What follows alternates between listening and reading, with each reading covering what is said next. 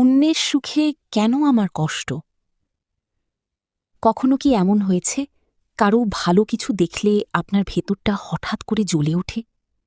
হয়তো পাশের বাড়ির মেয়েটা নতুন ফোন কিনেছে, বন্ধুটা ভালো রেজাল্ট করেছে, অথবা কেউ নিজের জীবনে একটু এগিয়ে গেছে, আর আপনি চুপ করে তাকিয়ে আছেন, মুখে হাসি কিন্তু ভিতরে আগুন জ্বলছে।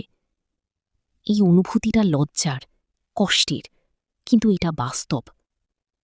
আমরা অনেক সময় ভাবি, কেন ওর আছে আর আমার নেই?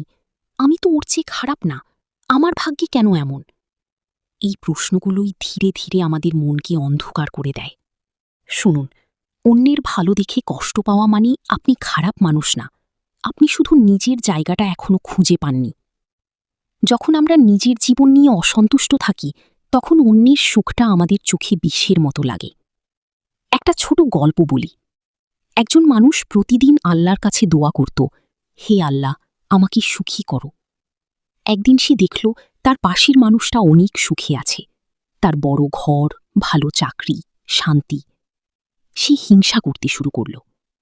একদিন স্বপ্নে সে শুনল, তুমি নিজের জীবনের জন্য কৃতজ্ঞ হওনি, তাই অন্যের জীবন তোমাকে কষ্ট দিচ্ছে।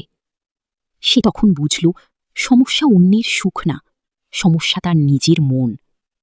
বন্ধুরা, এই পৃথিবীতে সবার গল্প আলাদা। কেউ আজ হাসছে, কিন্তু হয়তো সে গতকাল কেঁদেছে। কেউ আজ সফল, কিন্তু তার পেছনে হাজারো কষ্ট লুকানো। তাই অন্যের জীবন দেখে নিজেকে ছোট ভাববেন না, বরং নিজেকে প্রশ্ন করুন, আমি কি আমার জীবনে কৃতজ্ঞ?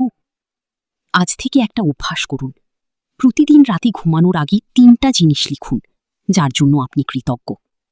হয়তো আপনার পরিবার আছে, স্বাস্থ্য ভালো, অথবা কেউ আছে যে আপনাকে ভালোবাসে।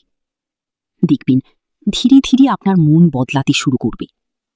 অন্যের অন্যের সুখ দেখে আর জ্বালা করবে না, বরং বলবেন, আলহামদুলিল্লাহ, ও ভালো আছে, আমিও একদিন হব।